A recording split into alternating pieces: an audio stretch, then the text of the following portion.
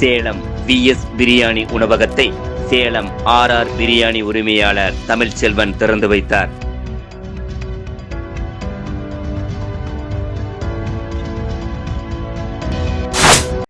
சேலம் மாவட்டத்தை தலைமையிடமாக கொண்டு செயல்படும் சேலம் விஎஸ் பிரியாணி உணவகத்தின் 6வது புதிய கிளை கோவை கிராஸ்கட் சாலையில் உள்ள 10வது வீதியில் புதியதாக திறக்கப்பட்டது. இதில் சிறப்பு விருந்தினராக சேலம் ஆர்ஆர் பிரியாணி உரிமையாளர் தமிழ்ச்செல்வன் திறந்து வைத்தார். திறப்பு விழா சலுகையாக இன்று 2 சிக்கன் பிரியாணி வாங்கினால் ஒரு சிக்கன் பிரியாணி இலவசம், 2 மட்டன் பிரியாணி வாங்கினால் ஒரு மட்டன் பிரியாணி இலவசம் சேலம் விஎஸ் பிரியாணி சார்பாக அறிவிக்கப்பட்டுள்ளது. உங்க சேலம் ஆர்ஆர் தமிழ்ச்செல்வன், ஆண்டவன் கொடுத்த வாழ்க்கை, மக்கள் கொடுத்த வாழ்க்கை, உற்சாகத்தின் உற்சாகம் தேசத்தின் வளர்ச்சின்னு சொல்லுவேன். அந்த அடிப்படையில் எங்களுடைய வளர்ச்சி இன்னைக்கு விஎஸ்ங்கிற இன்னொரு குழந்தையாக ஒரு தாய் வீட்டில் பிறந்தது. எங்களுக்கு தாய் தான் ஆர்ஆர். ஒரு தாய் வீட்டில் பிறந்தாலும் பேர்கள் பிறக்க 5 குழந்தைக்கு ஒரே பேர் வைக்க முடியாது. அந்த அடிப்படையில் எங்கள் குழந்தை விஎஸ், எங்கள் மாப்பிள்ளை, தங்கை மகன் எங்களுக்கு சேலம் ஆர்ஆரின் வழிகாட்டி ஒளிவிளக்கு. ஏனென்றால் நான் தள்ளுவண்டியில் நடத்துகிறோம். அந்த காலத்தாள் நமக்கு தள்ளுவண்டி, இந்த டெக்கரேஷனு, இந்த லியான் போர்டு, இந்த தந்தூரி கிரில், எனக்கு தெரிஞ்சது பிரியாணி 60 அது பகடாவாக போட்டேன். அதை தான் இவ்வளோ நவீனப்படுத்தி கொண்டு வந்து இந்த உலகளவில் நான் இன்னைக்கு இருக்க காரணமான அன்பு பிள்ளையா, எனக்கு ஒரு வாரிசா, எங்களுக்கு பேர் சொல்லும் பிள்ளைன்னு அவனை சொல்லுவேன்.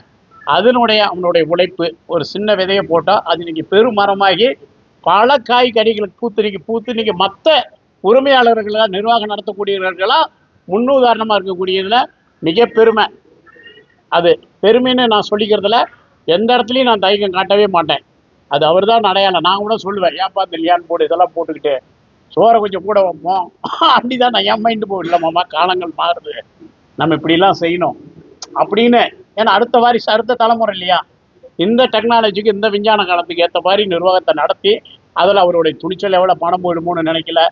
தன் திறமை மேலே ஒரு நம்பிக்கை வச்சு அந்த புதிய யுக்திகளை புகுத்தி இன்ற கிளைகளை நடத்தக்கூடியவர்களுக்கு இங்கே மட்டும் இல்லை, இந்த தொழிலில் உணவுத்துறையில் இருக்கிற ஒவ்வொருத்தருக்கும் எங்கள் நிறுவனம், எங்கள் விஜய், நாங்கள்லாம் ஒரு உதாரணம். யாருமே தனியாக ஒரு இரவு, தனியாக ஒரு பகல் யாருக்கும் ஆண்டவன் படைக்கலை. ஒரே இரவு, ஒரே சூரியன், ஒரே நிலவு தான் நமக்கு படைச்சிருக்கான். அந்த நேரத்தையும் காலத்தையும் நாம் எப்படி வச்சு வாழ்கிறோங்கிறதுல தான் வாழ்க்கை. நீ தூங்கிவிட்டு செல்ஃபோனை பார்த்துக்கிட்டு இருந்துட்டு உன் வாழ்க்கைக்கு தகுந்த எல்லா விஷயங்களையும் வாழ்ந்துட்டு தொழிலுக்கு நேரத்தை கொடுக்காம, அதுக்கான உழைப்பை கொடுக்காம, தன் கனவுக்கான உழைப்பையும் நேரத்தை கொடுக்கணும்னா எந்திரிக்கணும். அந்த தொழிலுக்கான நேரத்தை கொடுக்கணும். அவர் தன்னையவே கொடுத்துருக்கிறார், அவர் ஆயுஷவே கொடுத்துருக்காரு. நானும் அவ்வளோ கஷ்டப்படலை. அவர் டெக்னாலஜி வேற, நான் எப்போ ஆளுகளை முன்னுக்கு தள்ளி பின்னுக்கு நின்றுக்குவேன், அது அப்படியே ஒயிட் சட்டையோடு இருக்கும். ஆனால் அவர் அப்படி இல்லை, களமேன், களத்தில் இறங்கி போராட முடியாது. நானும் அப்படி இல்லை. ஆனால் இப்போ இந்த பிராஞ்சை கொடுத்த வச்சு நான் ஒருத்தரையும் அவங்கள தூக்கி நிறுத்தணும் இல்லையா, ஓடிக்கிட்டு இருக்கிறேன். என் நிறுவனம் இருக்கிற வரைக்கும் எல்லாம் இவங்க தான் பார்த்துக்கிட்டாங்க. சென்னையில் ஆர்ஆரை வந்து பிறப்பிலாவுக்கு போவேன், கல்லால் உட்காந்து கிடையாது, அவங்களுக்கு தெரியும். ஆஃபீஸுக்கும் போக மாட்டேன், கணக்கும் தெரியாது. செலவுக்கு வேண்டாம், இவர் தான் எல்லாம் பார்த்துக்குவார். செலவுக்கு வேண்ட தான் காசு கேட்பேன். எங்கே பணம் வாங்கினாலும் இவர் தான் போய் வாங்கிட்டு வருவார்.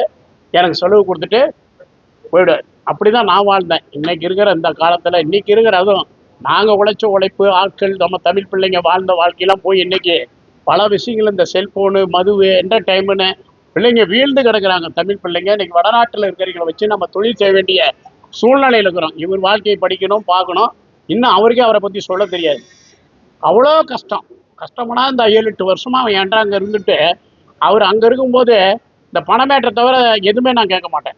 நீ இதை போனியா, அதை பார்த்தியா, அதை கவனிச்சா, நான் எழுப்பி விட்ருவோம். 5-6 மணிக்கெலாம் வெயிட்டு எக்ஸசைஸை பண்ணு, அதுக்கு எழுப்பி விட்ருவேன். நீ அழுதாலும் பரவாயில்ல, என் தங்கை இதை உட்காந்துருக்காங்க, எழுப்பி விடுமா 4 மணிக்கெலாம் அவனை, அப்படி ஒன்று தான் நான் அவனை கேட்பேன்.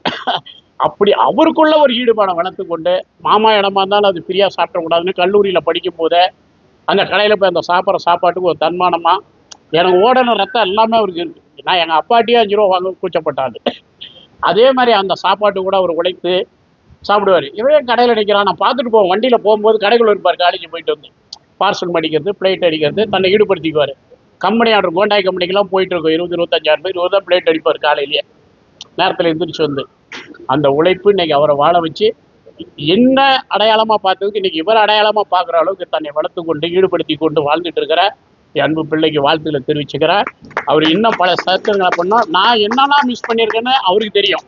வாழ்க்கையில் ஒரு அரசியல் துறைக்கு போயிருக்கணும், நடிகர் துறைக்கு அவர் நிச்சயம் போக மாட்டார். அதுக்கானது இல்லை. நானே அதை விட்டுட்டு வெளியே வந்துட்டேன். அவர் இன்னும் பல சாதனைகள் இந்த உலகத்துக்கு எடுத்துக்காட்டாக திகழ்வார். நான் ஒன்று தான் சொல்லுவேன். உணவு நடத்தக்கூடியவங்க ஒருத்தரை ஃபாலோ பண்ணுங்க. நடிகர் என்டர்டைனுக்கு ஃபாலோ பண்ணுங்க. அரசியல்வாதிகள் அறிவுக்கும் சொத்து சத்தை எப்படிங்கிறத ஃபாலோ பண்ணுங்க. தொழில் எப்படி செய்யணுங்கிறதுக்கு அவரை ஃபாலோ பண்ணுங்க. அவருடைய உழைப்பு தான். காலையில் கிச்சனில் எப்படி இருக்கணும். கிட்டத்தட்டங்க ஒரு 2 வாரம் 3 போன மாதம் நினைக்கிறேன், சங்கராபுரத்துலேருந்து ஒரு ஆர்டரு மீடியா அதை நல்லா நோட் பண்ண. ஒரு உடைப்பையோட அச்சாரத்தை நான் சொல்ல விரும்புகிறேன். 8 மணிக்கு எனக்கு ஒரு ஃபோனு. அன்னைக்கு முருகருடைய சிறந்த நாள், தைப்பூசம்னு நினைக்கிறேன். இவரும் கிடையாது சேலத்தில், தைப்பூசம் கோயிலுக்கு போயிட்டாரு. நான் ஒரு இடத்துல இருக்கிறேன். சங்கராபுரம் இரவு 8 மணிக்கு ஃபோன் வருது எனக்கு. ஒரு உண்மை சம்பவம் இது.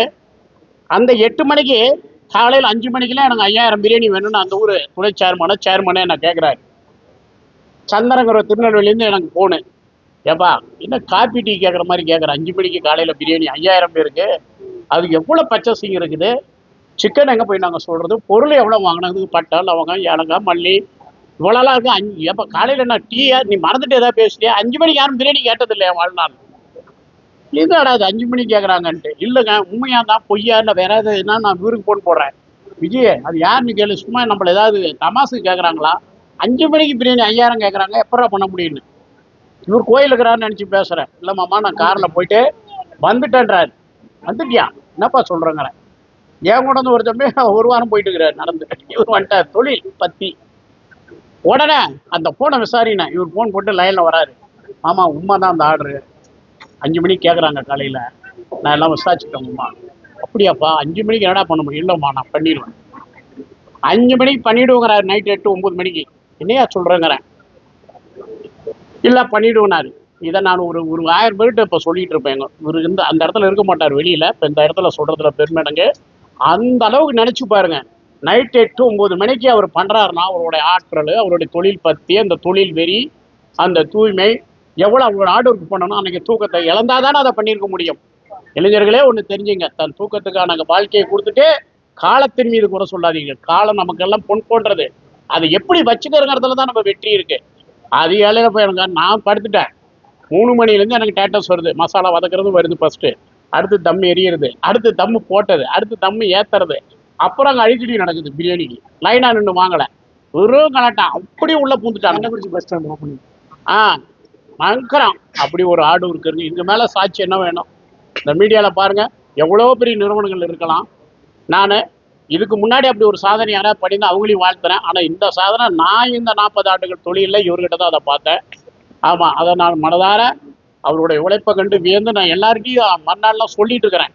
எல்லா உரிமையாளர்கிட்ட, எங்கள் பிள்ளைங்கக்கிட்ட, எங்கள் மருமண்டெல்லாம் சொல்கிறேன். பார் 8 மணிக்கு செஞ்சு ஆர்டரை கொடுத்து அவன் எடுத்து செஞ்சுருக்கிறான். இதுதான் எப்போவுமே இவரை தான் நான் உதாரணமாக சொல்லுவேன் எல்லாருக்கும். அவர் எப்படி கஷ்டப்படுறாருன்னு பாருங்கள். அவர் ஆடு இருக்க பாருங்கள், ஆடு இருக்க பாருங்கன்னு எல்லாருக்கும் அதை தான் சொல்லுவேன். அந்த அடிப்படையில் இன்றைக்கி அவர் விஎஸ்ங்கிற ஒரு குழந்தை பேரில் அவர் ரொம்ப நாள் பாசமாக இருந்து வந்தார். ஆர்ஆருங்கிறது நான் ஆர்ஆரை நானே நடத்தலை. இவரை மாதிரி நான் தக்க வச்சுக்கல. அதை எனக்கு படிப்பு இல்லை, 4வது படித்தேன், சரின்ட்டு தூக்கி மக்கள்கிட்ட கொடுத்துட்டேன். அதில் சில பேர் நல்லபடியாக நான் இன்றைக்கே சட்டம் போட்டு தோற்று யாரையும் நான் ப்ராஜெக்ட்லாம் கூட்டு கொடுத்துட மாட்டேன். பணம் இருக்குதுன்னு அப்படிலாம் ஈடுபடவே மாட்டேன். தொழில் செய்வாங்களா அவங்களுக்கு இதில் வந்து தொழில் செய்ய தெரிஞ்சாதான். யார்ட்டு இந்த இதுக்கு முன்னாடி இது ஆர்ஆராக இருந்தது, இவங்களும் 1 கோடி கொண்டு வராங்க. நான் வாங்குறேன், இன்னும் ஒரு கடை போய் நல்லா நடத்துங்க, இது ஃபுல்லாக நடக்கணுங்கிறாங்க அவங்க. அந்த மாதிரி இன்றைக்கி உலகத்துக்கே ஒரு எடுத்துக்காட்டாகவும், இளைஞர்களுக்கு எடுத்துக்காட்டாகவும், தொழில் வளர்ச்சிக்கு எடுத்துக்காட்டாகவும் இருக்கக்கூடிய விஎஸ்ங்கிறது ஒரு எதிர்காலத்தில் நான் செய்ய முடியாத அரிய சாதனைகள்லாம் அவர் படைப்பார். அந்த நம்பிக்கையை இப்போவே என் கண்ணு முன்னாடி காட்டிட்டாரு. இதே ஒரு பெரிய விஷயமா தான் பார்க்குறேன். அதில் இருக்கிற உழைப்பு, கால நேரங்களை கொடுக்குற அந்த எனக்கு ஒரு தடவை சேலத்தில் அந்த வாய்ப்பு கிடைக்கல, தொடங்கி வைக்க வாய்ப்பை. அது ஒரு ஏக்கமாக இருந்தது. இப்போ என் ஏக்கமும் தாகமும் தனிந்ததாக உணர்கிறேன், உடலால் உள்ளத்தால். உண்மையாகவே அதான் அவருடைய குணம். எப்போவுமே எதுக்குமே கொஞ்சம் அவசேகம் கொடுங்க. எடுத்தவங்க கவுத்தன்னு யாரும் ஆவேசம் அடைஞ்சிடக்கூடாது.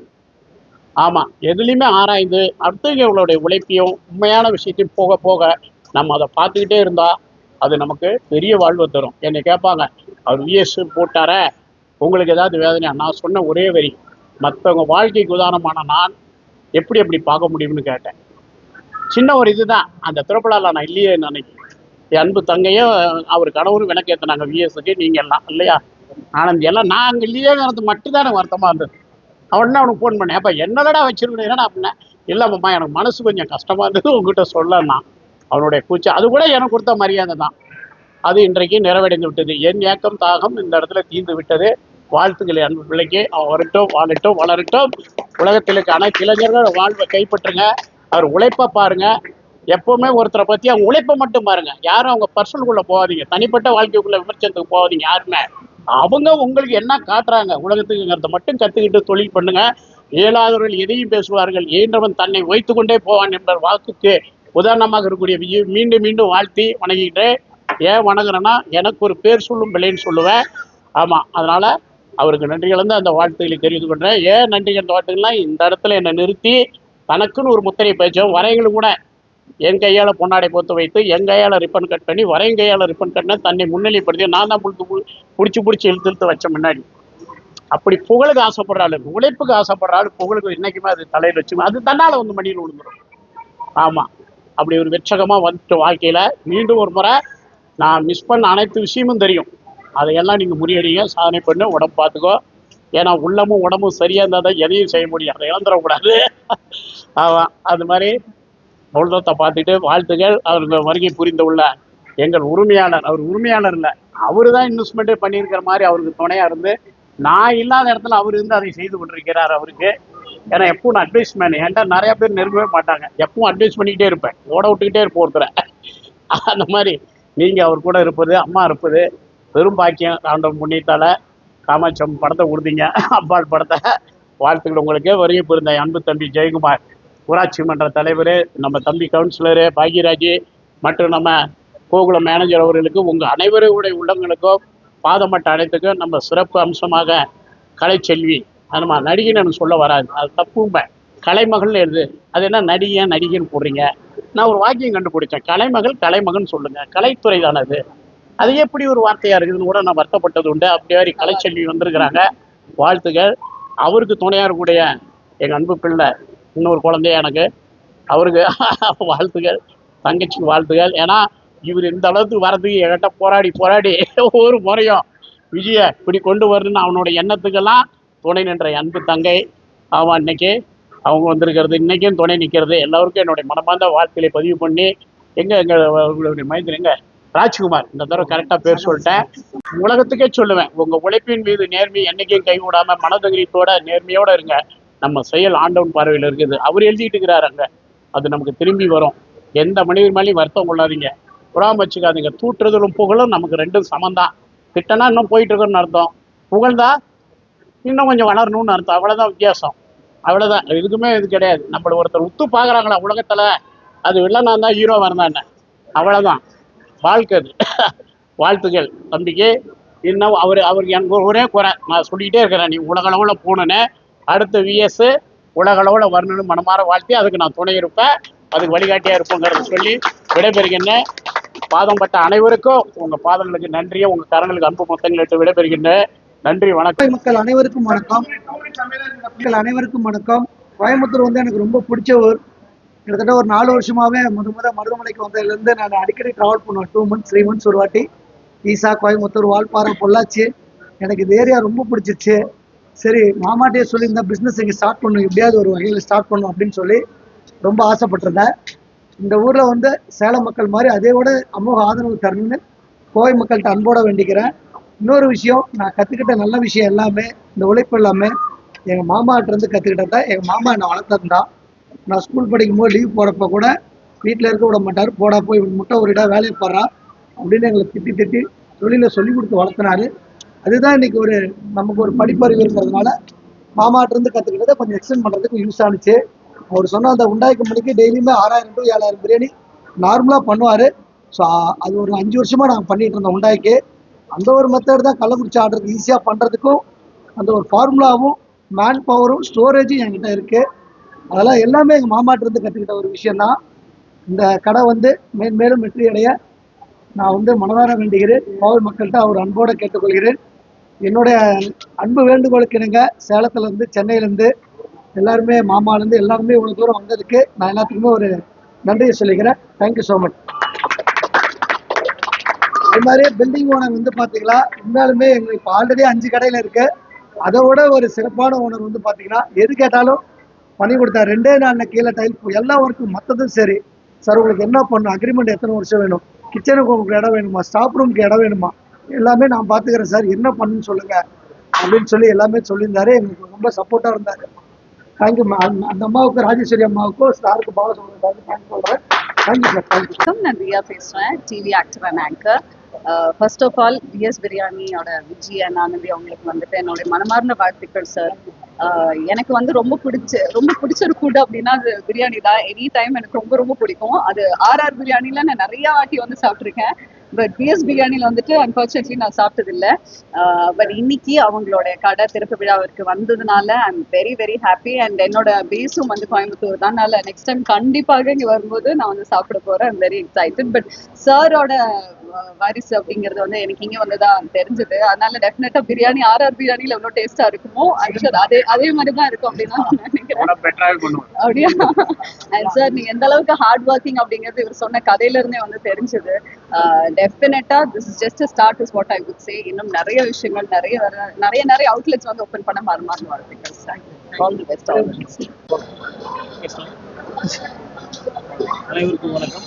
இன்னைக்கு கோயம்புத்தூர்ல விஎஸ் பிரியாணி இன்னைக்கு ஆரம்பிச்சிருக்காங்க. கோவை மக்களுக்கு நிறைய செய்யணும்னு எதிர்பார்ப்பு கண்டிப்பா நிறைவேற்றி கொடுப்பாரு.